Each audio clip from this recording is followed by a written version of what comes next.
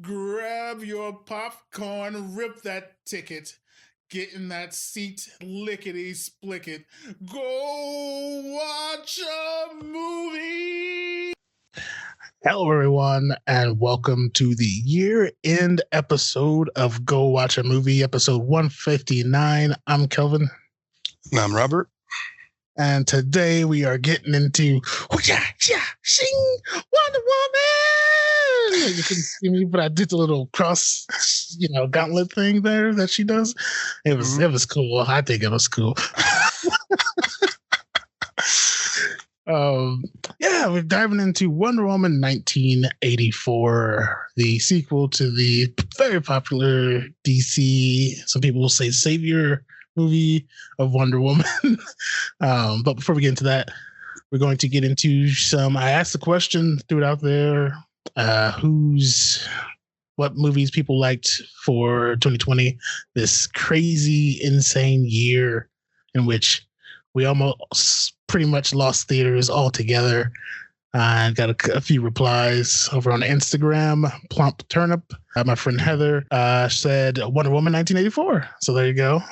She liked that. Over on Twitter, we had, let's see here. I actually got a couple of fat men because of, I don't know if it's because of our podcast, but a couple people said fat man. We had, I should have had these listed instead of scrolling through my notifications. Monster in Love, or Love and Monsters is one. Someone said New Mutants surprised me. Someone said New Mutants. There's actually another Wonder Woman there. We'll give ours towards the end of the episode to build suspense as usual. But we will get into entertainment news.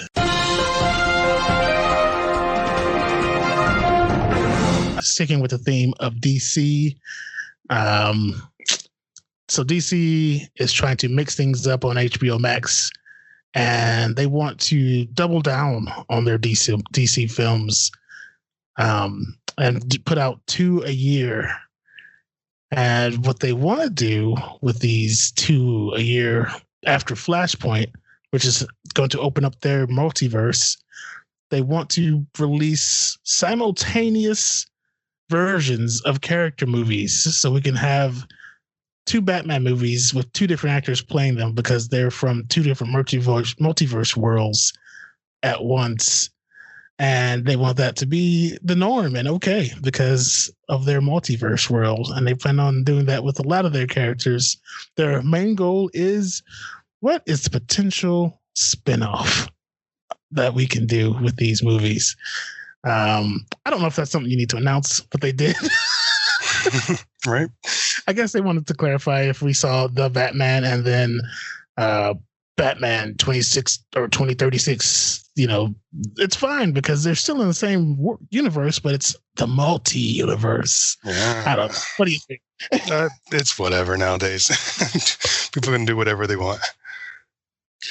Yeah, I just hope this isn't trying to further compete with Marvel, because Marvel's about to open up their own multiverse with WandaVision and Doctor Strange. So I'm hoping this isn't like a preemptive, look, we're doing it. Yeah, it probably is. I mean, they are. I do feel like they're playing catch up. So maybe they're trying to get in front.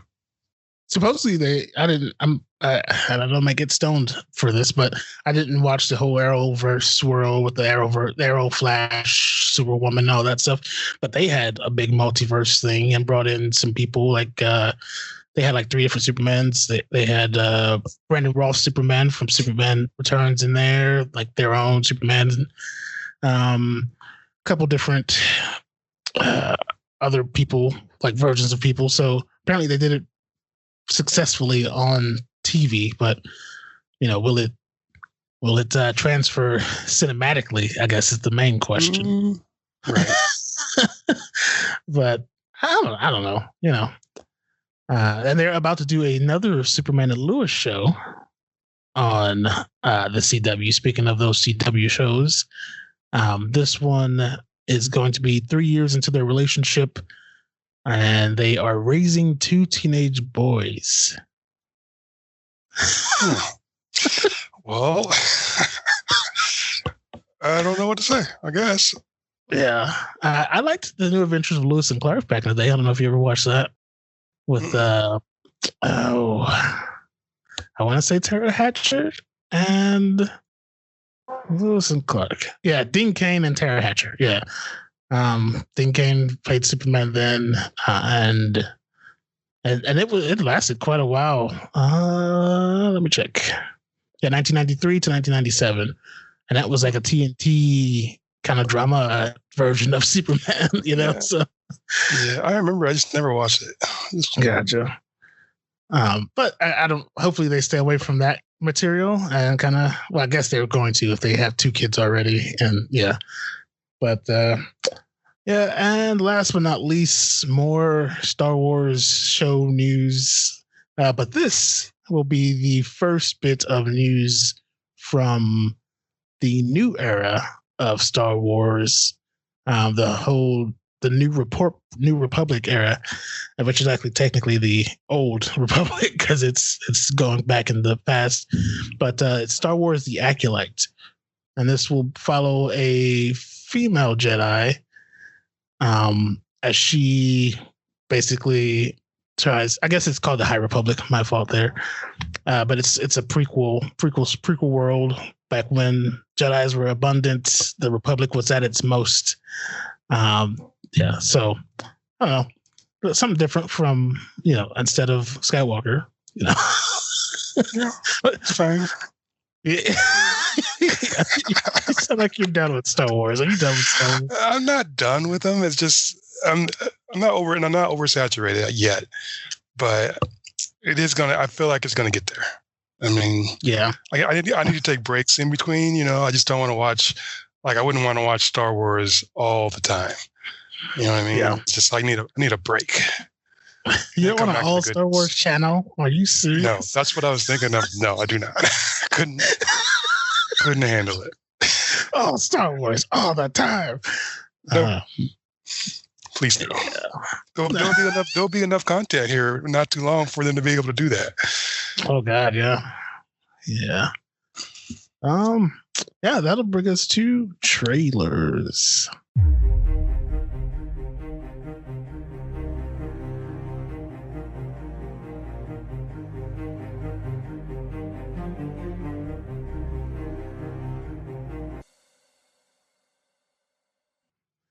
You first or me, sir?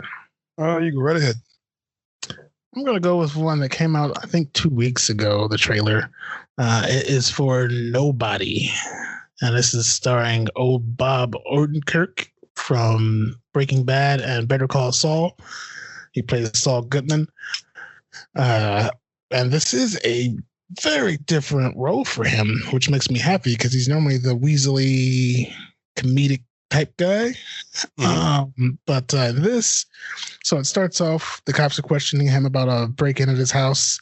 Then we get a flashback of him right behind the thief running out of his house with a golf club, and he's about to take the swing, but he doesn't take the swing.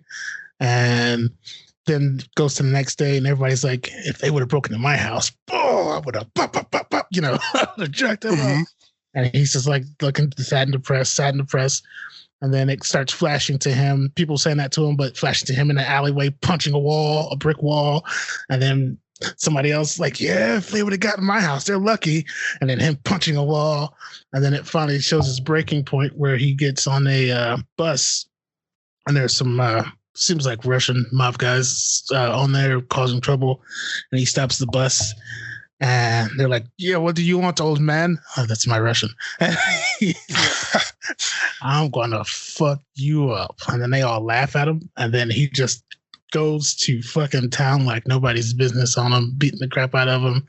And then it's revealed slowly in the trailer that turns out he's a fixer. He was a fixer, retired fixer. And he was in hiding after he wanted to start a family. But because he jacked those Russian dudes up, he's now back on his old posse's radar, his old mafia-style posse's radar, and everybody's out looking for him because he, I guess, left the business illegally. Yeah, but looks like a damn good trailer. It's mine. Yeah, Nobody. Yeah, that one was really good. I saw that as well. Mine is called The Little Things. Is this porn? No, this has got Denzel Washington in it. It got Jared Leto. It is basically I want to say, it kind of feels almost, but not as creepy as Seven. It's basically a cop is trying to solve this case. And you got, and the main suspect is Jared Leto's character, who's like killing these girls. And I don't know, it almost reminds me, like I said, of Seven a little bit, maybe a little bit of Training Day, not just because Denzel Washington's in it, but it just looks like a really interesting take on an ex, or not an ex-cop, but a cop who's never gotten a promotion, even though he's been like one of the best ones that's there, or detective. And he's going to go after this person, even though he's dealing with his own personal demons, which are kind of like the little things, like seeing all these crimes happen and all this stuff is taking its toll on him. So he's old and he's worn out, but he's still going after the bad guys. And I just like that concept. I'm getting too old for this shit. Yeah, and I don't know. It just looks like it's going to be a lot of fun from a like cops and robbers type standpoint. So I'm looking forward to that one. It's called The Little Things. I've actually been meaning to watch that trailer. I'm gonna have to check it out now. Oh, good.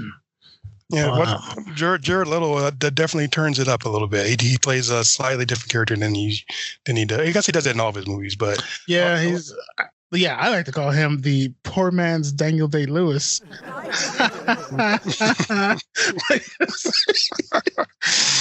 Because he tends to go extreme method, just like Daniel Day-Lewis does. From the stories I've heard of him on set, he likes to get completely into character.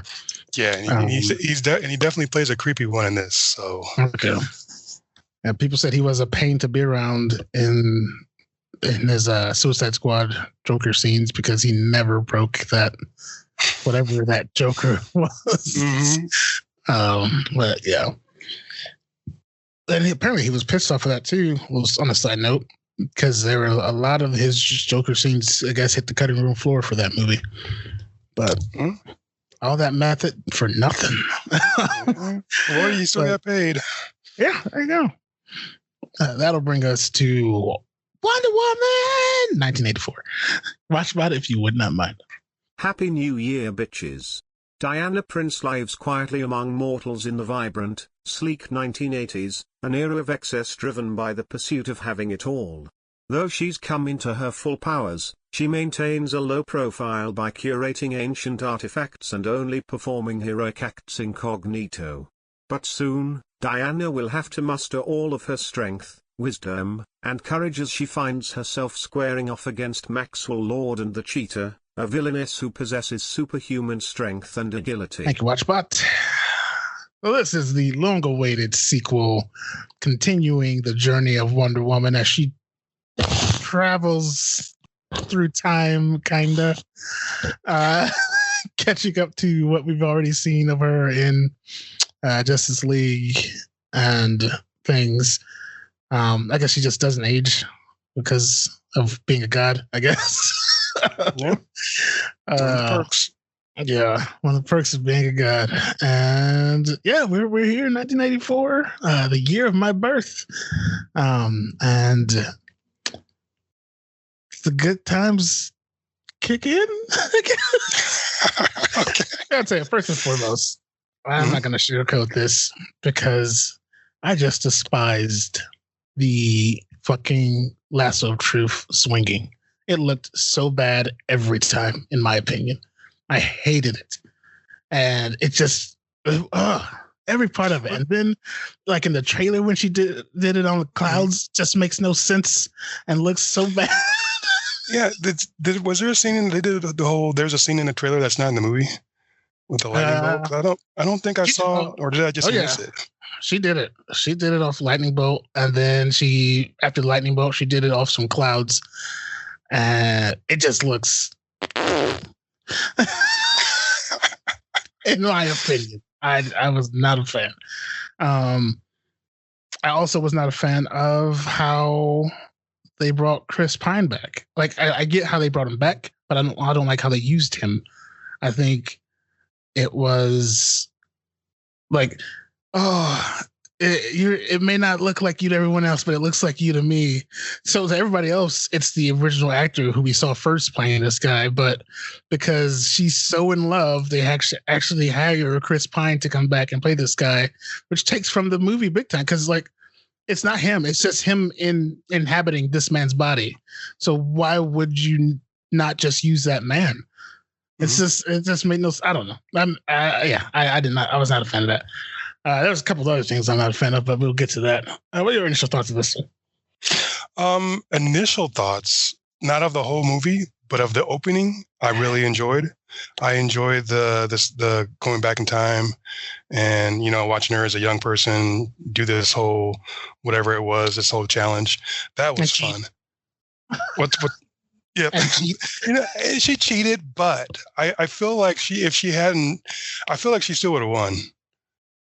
Like if she had, not, been so worried about what was behind her. Mm-hmm. That was the whole point of that. Yeah. Which may have been the whole point of that, thing. But still, I mean, I feel like, and she caught up to the horse. So if she just stayed, I mean, I feel like there's a gray area there. Maybe she still kind of, even though she cheated, it wasn't completely honest. I think she cheated because she didn't destroy her mark or whatever with the bow and arrow. Yeah. That should have been part of it. That's my whole thing. But besides that, I did enjoy that little action scene in the beginning, and then we get another one right after that, which I also enjoyed.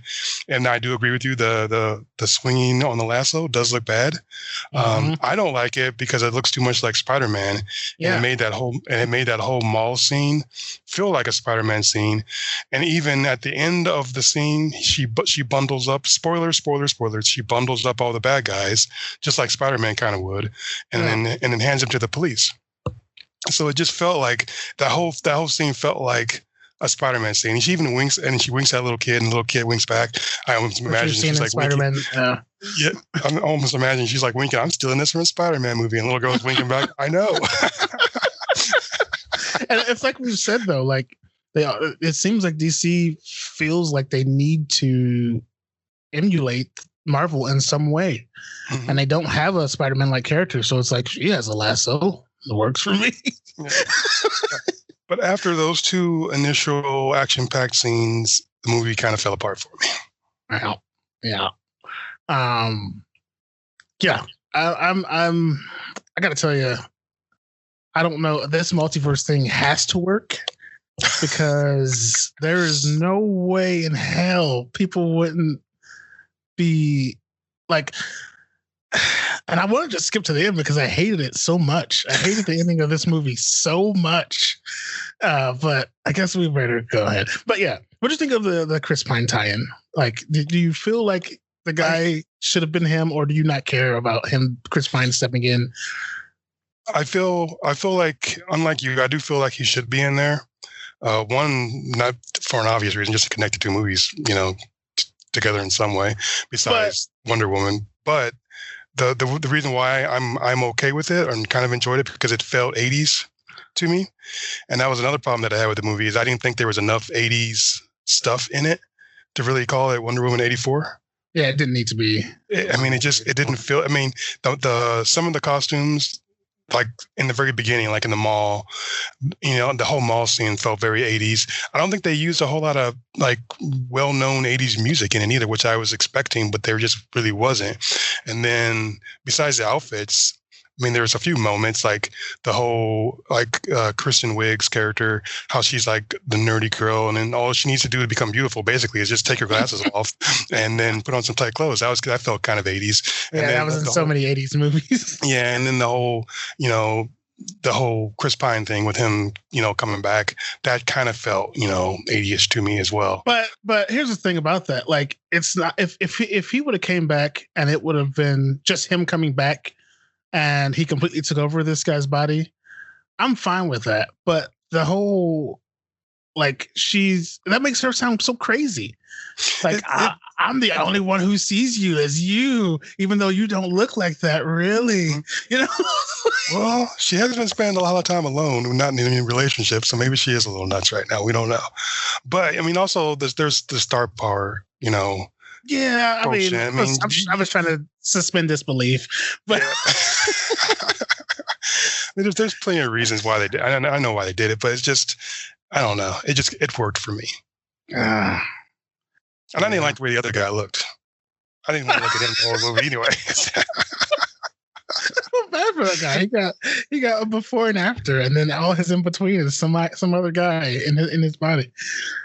But yeah, so Chris Pine's back as the pilot, who has the same story as Captain America, but he's back and he's there to help Wonder Woman in any way. He can't kill anybody because she doesn't do that. Where do we help me fill in this center stuff so we can get to the I just had a thought. Like, if she made a wish for Steve to come back, why didn't he just come back? Why just his essence into another body? Because everybody else got exactly what they wanted. That's weird. Okay. Yeah, I don't know. And I guess it got rid of. So yeah, the plot of this is wish stone. If you guys haven't seen it, this wish stone grants a wish. It's basically the monkey's paw as they call out. They tell them themselves. Basically, they stole the idea of the monkey paw. It grants you a wish, but it also gives something extremely bad happening, and it's basically the main antagonist of this movie. Made me think of the Wishmaster though, which I didn't like. Not I like the Wishmaster, but I don't like that they used that idea from the Wish. Like, it just felt like recycled. Big time. Granted. Yeah. So yeah, the main guy who he's a failed oil tycoon, Mr. Mando himself. He has been looking for this thing to turn his life around, and he gets it, and he wishes that he is it. And for some reason, every wish he grants kills him. So I guess maybe that what's happened to the stone too. Every wish it granted, it was slowly crumbling, or I don't know. But it could have backfired on him. If he wished he was a stone, he could have just literally turned into the stone. Yes, that's true. Because like I said, it gave everyone else exactly what they wanted, except him and Diana.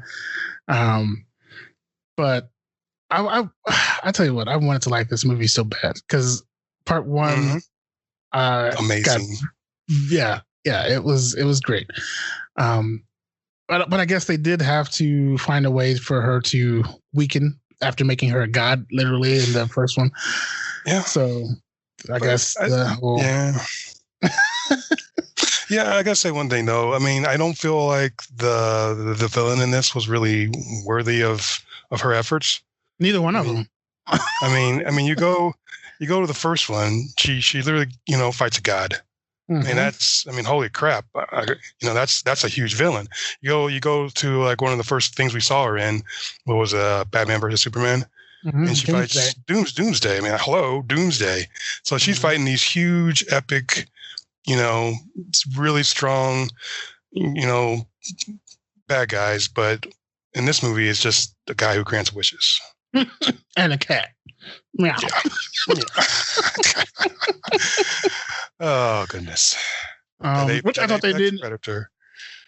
I thought they did her well when she finally did become Cheetah. I didn't like it. Yeah. I didn't like the way she. I didn't like the way she looked. First off, I love me some Kristen Wiig. I think she does a great job. She's hilarious. Stuff that I've seen her in, I've always had a ball. This movie, when she was in it, I felt like she stole the show away from Gal. I feel like she's just so much easier to because Gal is obviously on her own level of attractiveness. Okay, but Kristen, she just has there's something going on where she's like she's attractive, yet at the same time she's just super funny. So you automatically are drawn to her because she seems like somebody you want to hang out and have a conversation with. Gal, not so much. You just want to gawk at her. But Christian, I gotta tell you, Diana, when not as Wonder Woman, Diana is a bitch. Am I wrong? No, you're right.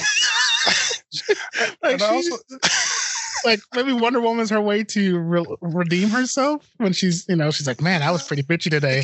Better go save some lives. Yeah, it's kind of like Spider-Man and Peter. I mean, they're kind of two different people, two different personalities when they're, so maybe they're stealing some more from, but I don't know. I thought it was funny that Diana wore the same kind of stuff that she would always wear, and she wasn't really dressed up like she was in the 80s. She was just like always dressed. Yeah, because she wore that same stuff in Batman v Superman, and would have worked, but that was funny to me. Yeah, anyway, I get you. Anyway, Kristen Wiig, even though I love me some Kristen Wiig, I felt like the movie at some point kind of turned into a Kristen Wiig movie when it wasn't supposed to be, when she was on film, until later when it got darker. But and she got obsessive for no reason. Yeah, it felt, I don't know, the movie didn't feel right. It didn't feel like I was watching a Wonder Woman movie. Maybe it's just because Kristen Wiig is just a big name to me. I don't know. But it just didn't feel like it was a movie with about Wonder Woman. It felt like a Kristen Wiig movie. Yeah, because Wonder Woman, I guess, was, like I said, I guess they had to tone her down after part one, so she just was like extremely behind up until until she gave away Chris. But so we figure out that these people get what they want, but they have to give it. And this is like, it's what happened to the Mayans. Apparently, they want everything, and the only way to break the I guess quote unquote curse of this stone and or the Mandalorian is to give it up or destroy it. So she has to give up Crisp to get her powers back, and she does so, and leaves that poor guy standing there, probably like, what the fuck happened? Where am I?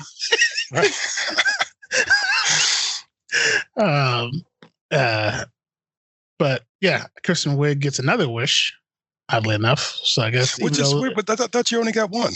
Yeah, I was gonna say they established early on in the movie that you only get one wish from this thing. But he said, I'm feeling generous, so apparently he can break the rules when he wants, since he is the stone, I guess. I guess. But yeah, because her first wish was to be like Diana and special, and that got her Diana's powers. Spoiler. But which I would have been fine with that, because I don't know why she felt she needed to be the apex predator. Which wasn't really the apex predator, because she still lost the fight. Exactly. So the stone failed her. The stone didn't hold up its end of the bargain. Son of a bitch.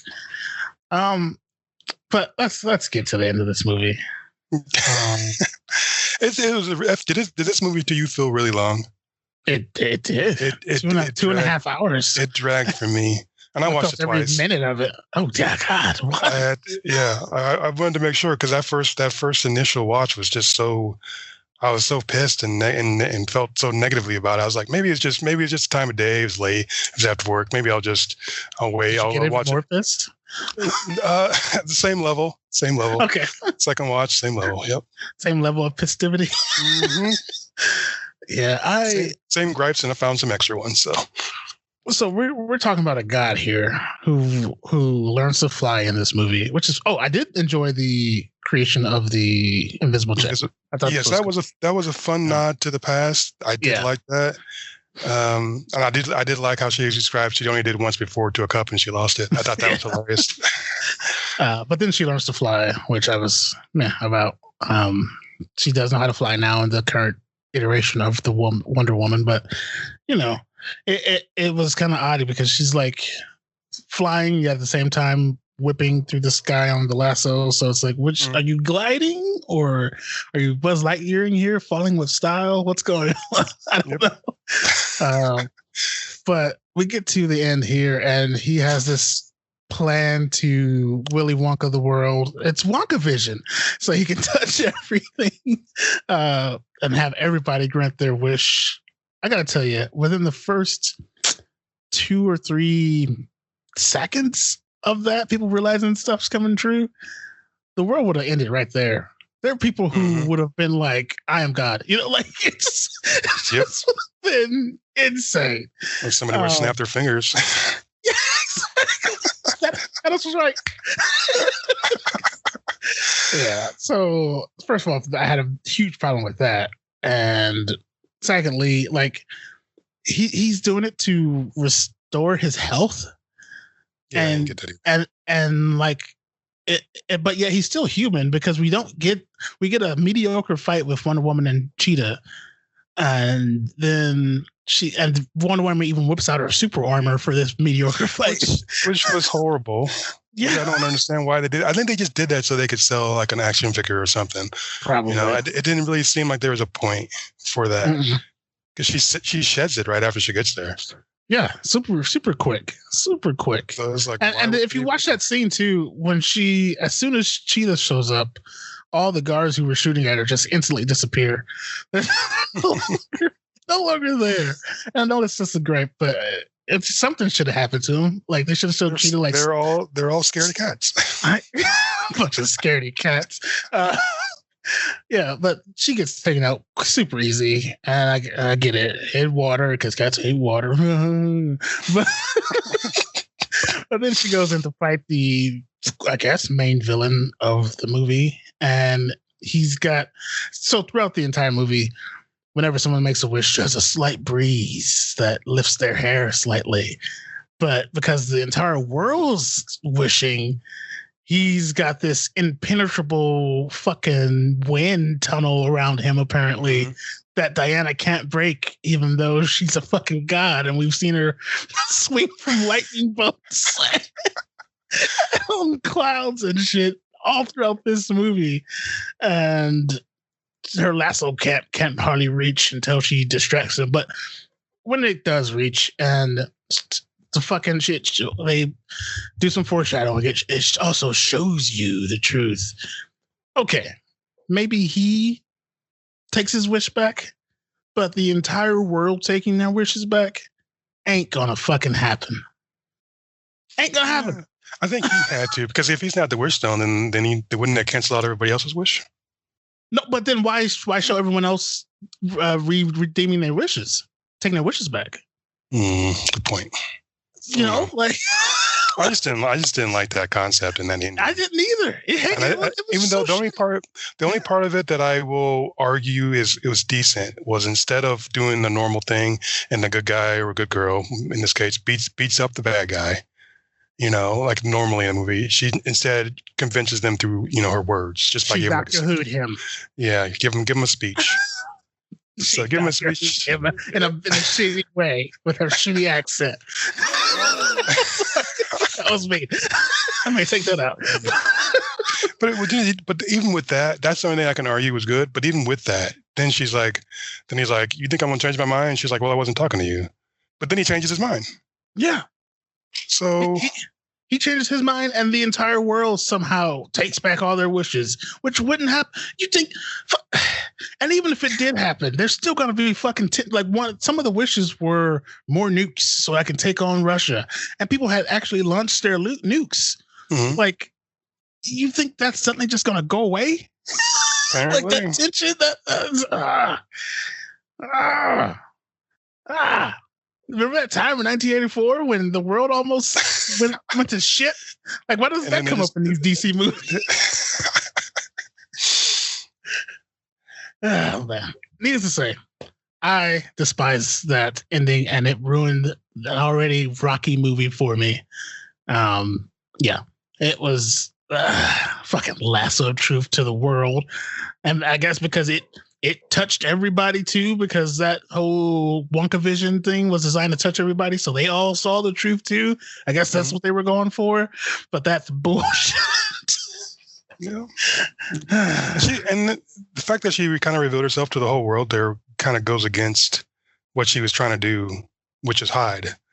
Yeah. Which is another problem with the mall scene. That the first thing she does is she reveals herself to everybody. She saves the girl, which is a hilarious scene to me. Because even when the guy's dangling the girl, like kind of Michael Jackson, the girl over the like Michael Jackson did with blanket, he's like holding her over the thing, and then even the other bad guys were all like, "Whoa, you're going too far." Yeah, I just thought it was hilarious. But anyway, she reveals herself, and then after she does a whole bunch of stuff, and she's all on camera. She boomerang throws her tiara and then takes out the cameras. It's like, they already saw you. They already got you on tape. Why go through the trouble of doing that now? You should have done that first and then whipped in. And I mean, come on.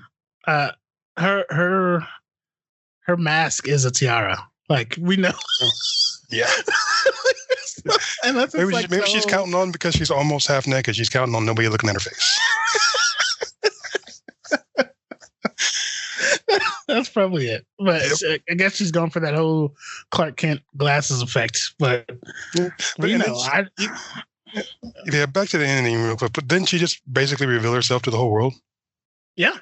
So I guess the secret's out. But then they, like, later on in the future, Batman's got to like track her down. Like, you know, like he's like this great detective who found out she existed when everybody on the planet knew.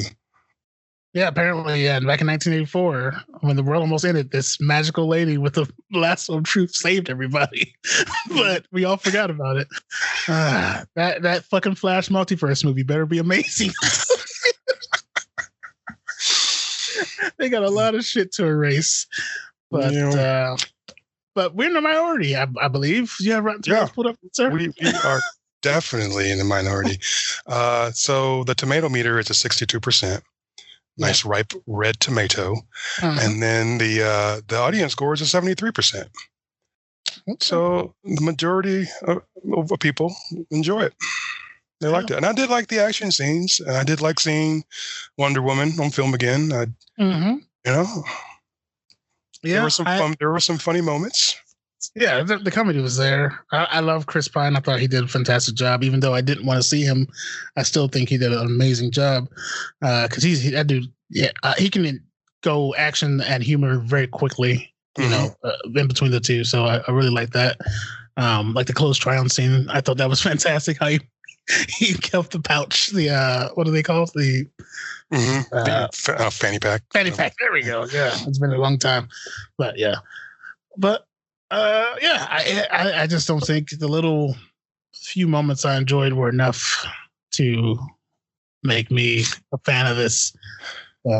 If they would have trimmed it down, I think it would have been a lot better. I think the length hurt it a little bit. And then again, I wish they had put some 80s music in there, more recognizable 80s music if there was any. I sure didn't recognize anything, you know, but they've got to call in there, man. Just to be called 84, I feel like you should have really brought it. You brought some 80 moments. I'll give you that. You did have a few, but I wish there was more. I needed more 80s. If you're going to put it in the title, you should have just poured 80s all over us.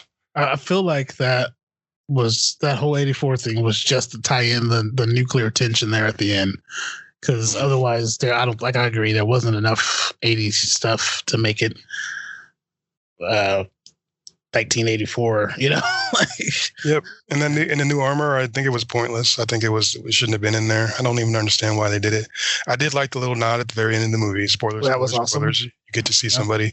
That was cool. But there were so many unnecessary things that it kind of felt off to me. It felt I don't want to say bubble gummy, but that's what it felt like. It felt like it was, I don't know who this movie was supposed to be for. Wonder Woman all around the world. Yeah. You are perfect just as you are, and stop worrying about the past. Look forward, and you don't need a magical stone. Your life is good. Yeah. Be careful what you wish for. There we go. But go watching that for you, sir. I'm gonna be optimistic that I'm just was in a dark place when I watched this movie, and it's better than I think it is. So I'm gonna say, make you up your own mind. Go watch it.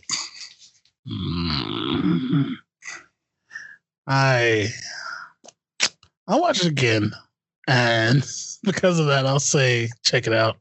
But man, I'm mad about it. Set your sights low so that it feels great.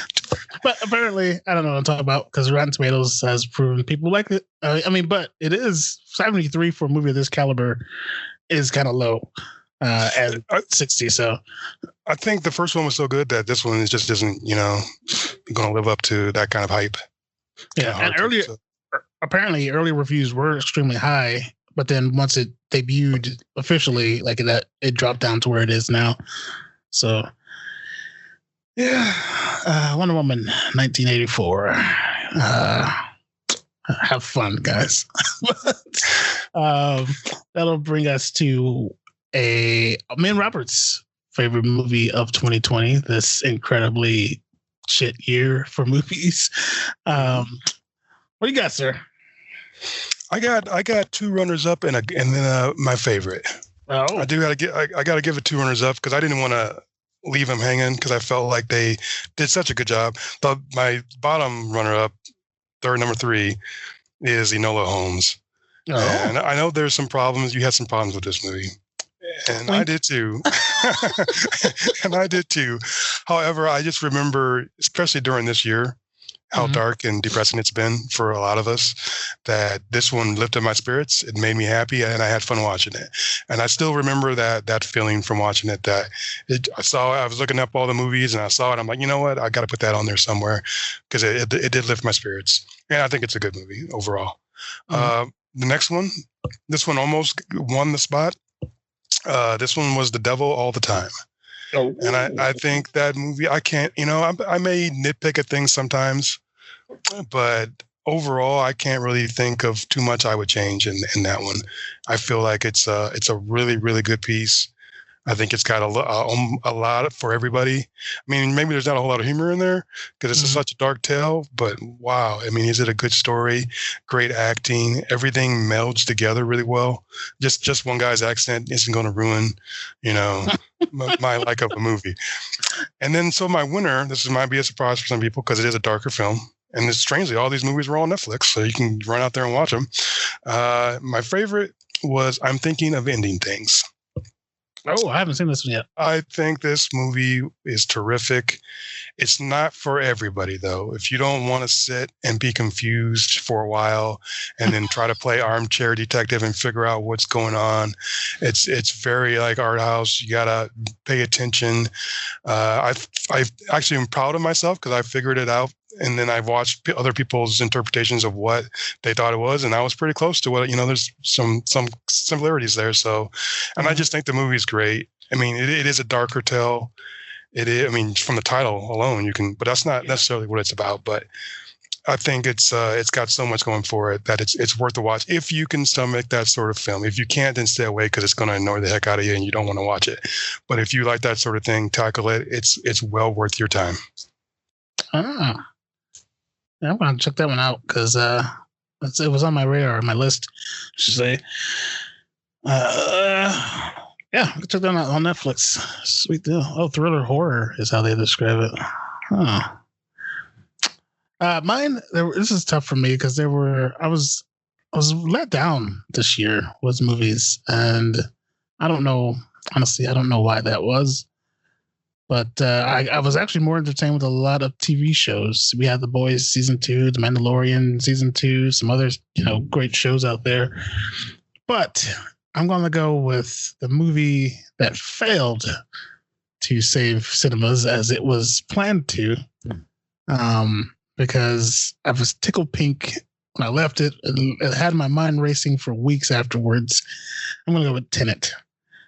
I enjoyed the action. I enjoy the unaudible dialogue for some people. Apparently, I enjoyed David Washington's performance. I enjoyed Batman's performance. And I just thought it was I thought the sci-fi. I thought it was subtle, but it was there for me, and it hit home for me because I love time travel and the way it was done. And after watching a couple of documentaries on it afterwards, I was like, oh, okay, gotcha. Or making ofs, I should say. But yeah, I'm going to go with Tenet. Not bad. Good choice. Yeah, but that is our end of year episode. Episode 159. We'll be back in the new year. Hopefully we can get things back on normal track with releases. Yeah, back in the new year with episode 160. Not sure what that movie is going to be yet. But that's everything. You can find the podcasts, the stories, the news stories, and some trailers on gowatchamovie.com, a one-stop shop for all things entertainment. Get there or be square. I don't know what that saying was. They used to say that back in the 80s, didn't they? I think so. It fits. Yeah, I know what I was talking about. But until next time, I'm Kelvin. And I'm Robert. Go watch a movie. Wonder Woman! Grab your popcorn, rip that ticket, get in that seat, lickety split it. Go watch a movie.